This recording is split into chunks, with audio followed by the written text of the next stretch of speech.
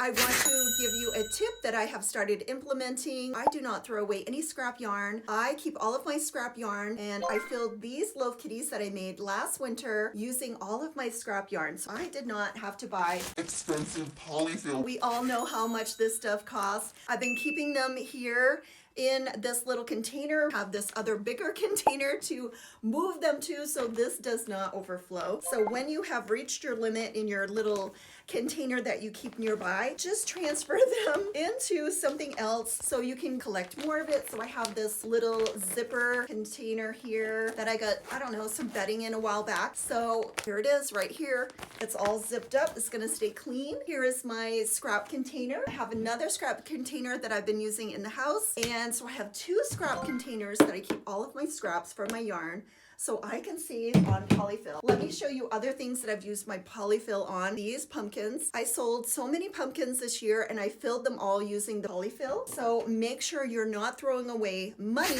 by throwing away your scrap yarn. Just fill all of your items that you need to fill with scrap yarn and you will be saving money.